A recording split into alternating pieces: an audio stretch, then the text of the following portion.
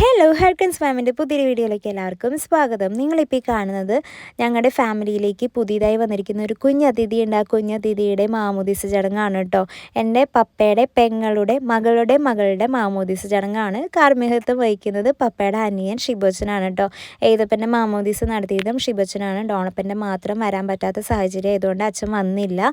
അപ്പോൾ ഏതപ്പനും ഡോണപ്പനും കിട്ടിയിരിക്കുന്ന ഒരു കുഞ്ഞു പെങ്ങളാണ് കേട്ടോ. റേച്ചൽ മരിയ എന്നാണ് പേരിട്ടിരിക്കുന്നത്. സത്യത്തിൽ ഞങ്ങൾക്കൊരു പെൺകുട്ടി വേണമെന്ന് ഞങ്ങൾ ഒരുപാട് ആഗ്രഹിച്ചിട്ടുണ്ടായിരുന്നു. പക്ഷെ ഞങ്ങൾക്ക് ദൈവം തന്നത് ഞങ്ങളുടെ തക്കട് മുണ്ടനായ ഡോണപ്പനെയാണ് കേട്ടോ. എന്തായാലും ഞങ്ങൾ ഭയങ്കര ഹാപ്പിയാണ്. കാരണം ദൈവം തരുന്നത് അതിപ്പോൾ ആണായാലും പെണ്ണായാലും ഞങ്ങൾ രണ്ട് കൈ നീട്ടിയാണ് സ്വീകരിച്ചിരിക്കുന്നത്. അപ്പോൾ നമ്മുടെ മാമോദീസ ചടങ്ങൊക്കെ സ്റ്റാർട്ട് ചെയ്തിട്ടുണ്ട്.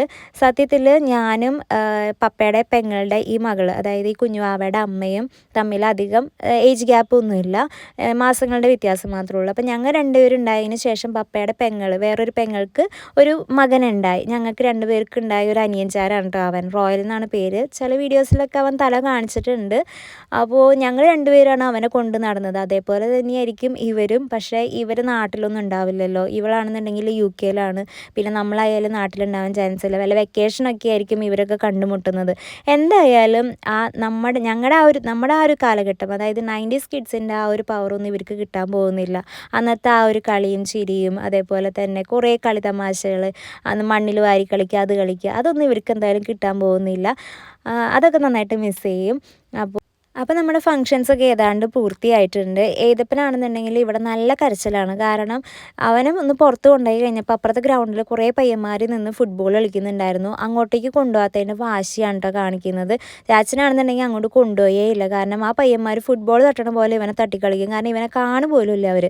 അപ്പോൾ ആ സമയത്താണ് കുഞ്ഞു അവനെയും കൊണ്ടിട്ട് റിജോ വന്നത്. പക്ഷേ ഇവനാണെന്നുണ്ടെങ്കിൽ ഒന്നും മൈൻഡ് ചെയ്യണ പോലും ഇല്ല. കാരണം അവൻ്റെ മൈൻഡ് അപ്പോഴും എവിടെയാണ് ഫുട്ബോൾ ഗ്രൗണ്ടിലാണ്. ബോൾ എന്നും പറഞ്ഞിട്ട് ഇങ്ങനെ ഇരിക്കുകയായിരുന്നു. അത് തന്നെ ആശാൻ്റെ മുഖമൊന്നും അത്ര വലിയ രസത്തിലല്ല ഇരിക്കുന്നത്. അപ്പോൾ നമ്മുടെ ഫംഗ്ഷൻ ഇവിടെ സ്റ്റാർട്ട് ചെയ്തു. അച്ഛന്മാരുടെ പ്രയറോട് കൂടിയാണ് ഫംഗ്ഷൻ സ്റ്റാർട്ട് ചെയ്തിരിക്കുന്നത്. ഞങ്ങളുടെ ഫാമിലിയിൽ എന്തൊരു ഫംഗ്ഷൻ ഉണ്ടായാലും, അതിപ്പോൾ ചെറിയ ഫംഗ്ഷൻ ആയാലും വലിയ ഫംഗ്ഷൻ ആയാലും അച്ഛന്മാരുടെ സാന്നിധ്യം എന്തായാലും ഉണ്ടാവും. അവരുടെ പ്രയറോട് കൂടിയിട്ടാണ് നമ്മൾ എന്തൊരു ഫംഗ്ഷനും സ്റ്റാർട്ട് ചെയ്യുക. അത് ഭയങ്കര ബ്ലെസ്ഡ് ആയിട്ടുള്ള ഒരു മൊമെൻ്റാണ് കേട്ടോ ഞങ്ങളുടെ ഫാമിലിയിലേക്ക് കിട്ടിയിരിക്കുന്നത്. അതിപ്പോൾ ചെറിയൊരു ഫംഗ്ഷൻ ആയാൽ പോലും ഒരച്ഛൻ എന്തായാലും ഉണ്ടാവും. അത് കാരണം ഞങ്ങൾ ഭയങ്കര ഹാപ്പിയാണ്. അങ്ങനത്തെ ഒരു മൊമെൻ്റൊക്കെ കിട്ടുകയെന്ന് പറഞ്ഞു കഴിഞ്ഞാൽ ഭയങ്കര എന്താ പറയുക, ലക്കായിട്ടുള്ള ഒരു സംഭവമാണല്ലോ. അങ്ങനെ ഞങ്ങളൊരു ഫാമിലി ഫോട്ടോ ഒക്കെ എടുക്കാമെന്ന് വിചാരിച്ചു. പക്ഷേ ഏതപ്പൻ്റെ മുഖം അപ്പോഴും ബ്ലിങ്കിസിയ എന്നുള്ള രീതിയിലാണ് നിൽക്കുന്നത്. യാതൊരു വിധത്തിലുള്ള വികാരം കാര്യങ്ങളൊന്നും ഉണ്ടായിട്ടില്ല. അവൻ ഹാപ്പി ആയിട്ടുണ്ടായിരുന്നില്ല. കുറേയൊക്കെ ഞങ്ങൾ ശ്രമിച്ചൊന്ന് ഹാപ്പി മോഡൊക്കെ ആക്കാൻ വേണ്ടിയിട്ട്. പക്ഷെ അവൻ അപ്പോഴും ആ ഗ്രൗണ്ടിലായിരുന്നു അവൻ്റെ ആ ഒരു ചിന്ത. ബോൾ എന്നും പറഞ്ഞിട്ട് ഇങ്ങനെ ഇരിക്കുകയായിരുന്നു. പിന്നെ അങ്കിളിൻ്റെ മോനെ കണ്ടു കഴിഞ്ഞപ്പോൾ അവൻ ഓക്കെ ആയിട്ടോ. അവനും റയാനും ആണ് കൂട്ട്. അപ്പോൾ അവനെ കണ്ടു കഴിഞ്ഞപ്പോൾ ഏതാണ്ടും ഓക്കെ ആയിട്ടുണ്ട്. പിന്നെ അവർ തമ്മിലുള്ള ആ കളിയും ചിരിയും കാര്യങ്ങളൊക്കെ ആയി. അവനെ ഇറിറ്റേറ്റ് ചെയ്യാണ്ട് ഇരുന്ന് കഴിഞ്ഞിട്ടുണ്ടെങ്കിൽ അവൻ താനെ അവൻ്റെ രീതിയിലേക്കൊക്കെ വന്നോളും. അതല്ലാണ്ട് എടാ പോടാ അങ്ങനത്തെ സംഭവങ്ങളൊന്നും അവന് ഇഷ്ടമുള്ള കാര്യമൊന്നുമല്ല. അപ്പോൾ അവനെ ഇറിറ്റേറ്റ് ചെയ്യാണ്ട് അവൻ്റെ വഴിക്ക് അങ്ങോട്ട് വിട്ട് കഴിഞ്ഞിട്ടുണ്ടെങ്കിൽ കുറച്ച് കഴിയുമ്പോൾ താനേ അവൻ റെഡി ആയിക്കോളും. ഇപ്പോൾ റെഡി ആയതുപോലെ തന്നെ അവൻ റെഡി ആയിക്കോളും. അങ്ങനെ പിന്നെ അവൻ്റെ കളിയും ചിരിയും തമാശകളൊക്കെ ആയിട്ട് ഫുഡ് അടിയൊക്കെ കാര്യങ്ങളൊക്കെ ആയിട്ട് നമ്മൾ നിന്നു. പിന്നെ നമ്മൾ കാണാൻ പോകുന്നത് നമ്മുടെ ഫാമിലിയുടെ കലാപരിപാടികളാണ് കേട്ടോ. അപ്പോൾ ഐശുവിൻ്റെ പാട്ടാണ് ഇപ്പോൾ നിങ്ങൾ കാണുന്നത്.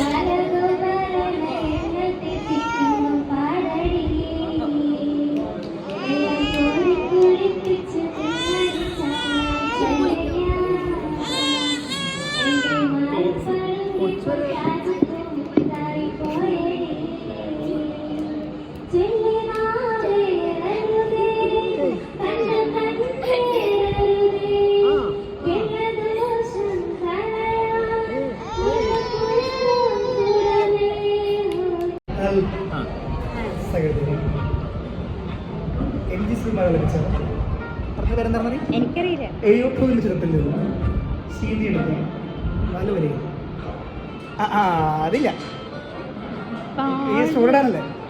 അയ്യോ എന്തൊരു ആക്ടിങ് ഡ്രാമ.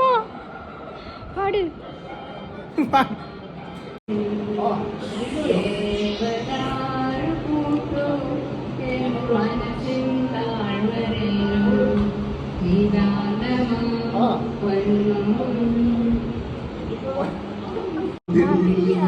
के पास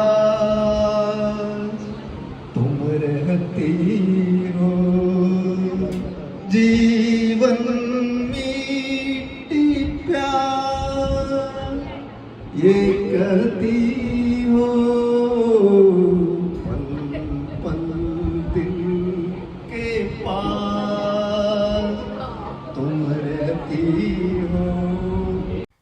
അപ്പോൾ എൻ്റെ പാട്ടും പപ്പയുടെ പാട്ടൊക്കെ നിങ്ങൾ കണ്ടിട്ടുണ്ടാവുമെന്ന് വിചാരിക്കുന്നു. കാരണം ഷോർട്സ് ആയിട്ട് ഓൾറെഡി ഇട്ടിട്ടുണ്ടായിരുന്നു. എൻ്റെ നല്ല നല്ല സൗണ്ടിൽ നല്ല സംഗതിയും ടെമ്പോയൊക്കെ വന്നിരിക്കുന്ന പാട്ട് നിങ്ങളെല്ലാവരും ആസ്വദിച്ചു എന്നാണ് എൻ്റെ വിശ്വാസം. എന്തോ ആയിക്കോട്ടെ, നമുക്ക് നല്ലൊരു ഫ്രെയിം കിട്ടിയ കാരണം നമ്മൾ ഒരു വീഡിയോ എടുക്കാമെന്ന് വിചാരിച്ചു. ജസ്റ്റ് ഒന്ന് അതിൻ്റെ ഒരു ഇതിലാണ്ടോ നമ്മൾ നിൽക്കുന്നത്. പക്ഷേ ഇതിന് ശേഷം ഉണ്ടായിരുന്നത് യാതൊരു വിധത്തിലുള്ള ക്രിയേറ്റീവായിട്ടുള്ള സ്ക്രിപ്റ്റ് കാര്യങ്ങളൊന്നുമല്ല. ശരിക്കും ഞങ്ങൾ അത് എന്താ പറയുക, എക്സ്പെക്റ്റ് ചെയ്യാത്തൊരു സംഭവമായിരുന്നു. നിങ്ങൾക്ക് അതിപ്പോൾ കാണാൻ പറ്റും. സത്യത്തിൽ സംഭവിച്ചു കഴിഞ്ഞപ്പോൾ ഞങ്ങൾ എല്ലാവരും സ്റ്റക്കായിട്ട്.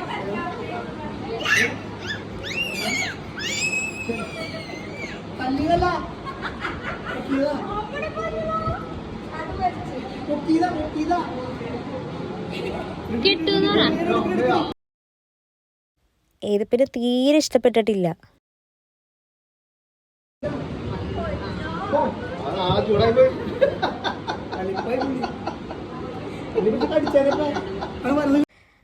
അപ്പോൾ ഇതിപ്പിൻ്റെ ആ ഒരു എൻട്രി എന്ന് പറഞ്ഞിട്ടുണ്ടെങ്കിൽ നമ്മൾ ആരും എക്സ്പെക്റ്റ് ചെയ്തിട്ടുണ്ടായില്ല. അപ്പോൾ അതൊരു വീഡിയോ ആക്കാമല്ലോ എന്ന് വിചാരിച്ചിട്ട് ഒരു കണ്ടിന്യൂഷൻ കിട്ടാൻ വേണ്ടിയിട്ട് ഞങ്ങൾ ജസ്റ്റ് ഒരു ക്രിയേറ്റ് ചെയ്തിട്ട് വീണ്ടും ഒരു വീഡിയോ ചെയ്തതാണ് കേട്ടോ നിങ്ങളിപ്പോൾ ലാസ്റ്റ് കണ്ടത്. അങ്ങനെ അവസാനം ഞങ്ങളെല്ലാവരും കൂടി ഒത്തുകൂടിയിട്ട് ഒരു ഡാൻസും പരിപാടികളൊക്കെ വെച്ചിട്ട് എൻജോയ് ചെയ്യാമെന്ന് വിചാരിച്ചു. കാരണം ഏതാണ്ട് എൻ്റെയും അച്ഛൻ്റെയും കല്യാണം കഴിഞ്ഞിട്ടുള്ള ഫസ്റ്റ് ഫംഗ്ഷനാണെന്ന് തോന്നണത് കേട്ടോ. ഫംഗ്ഷൻസൊക്കെ ഉണ്ടായിട്ടുണ്ട്, പക്ഷേ ഞങ്ങൾക്ക് അറ്റൻഡ് ചെയ്യാൻ പറ്റിയിട്ടില്ല. ഒന്നല്ലെങ്കിൽ അച്ഛൻ നാട്ടിലുണ്ടാവില്ല, അല്ലെങ്കിൽ ഞാനെന്ന് പറഞ്ഞിട്ടുണ്ടെങ്കിൽ ഇവളുടെ കല്യാണമൊക്കെ ആയ സമയത്ത് പ്രഗ്നൻ്റ് ആയിരുന്നു. അത് കാരണം ട്രാവലിങ് കാര്യങ്ങളൊക്കെ കുറച്ച് റെസ്ട്രിക്ഷൻ ഉണ്ടായ കാരണം പോകാൻ പറ്റിയില്ല.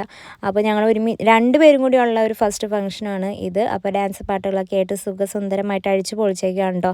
നമുക്ക് എവിടെയാണോ സന്തോഷം അവിടെയാണ് നമ്മൾ കൂടുതലും മതിമറന്ന് ആഘോഷിക്കുന്നത്. നമുക്ക് ചുറ്റിനുള്ളവർ, അതായത് നമ്മളെ ഇങ്ങനെ ചേർത്ത് നിർത്തുന്നവരുടെ കൂടെ നമുക്ക് എൻജോയ് ചെയ്യാനായിട്ട് തോന്നും. അതല്ലാണ്ട് നമ്മുടെ മുന്നിൽ നിന്ന് ചിരിച്ച് കാണിച്ചിട്ട് പിന്നിൽ നിന്ന് കുത്തുന്നവരുടെ കൂടെ നമുക്ക് എൻജോയ് ചെയ്യാനേ തോന്നില്ല.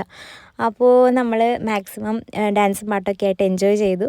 ഇനി കുറച്ച് നിങ്ങൾ ആ എൻജോയ്മെൻറ്റ് കാണാം.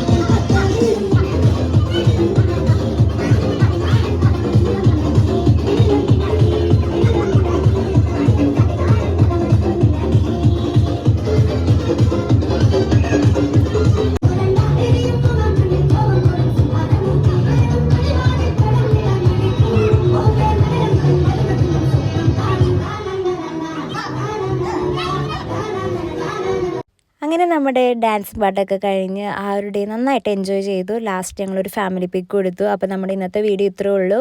വീഡിയോ കണ്ട എല്ലാവർക്കും ഒരുപാട് താങ്ക്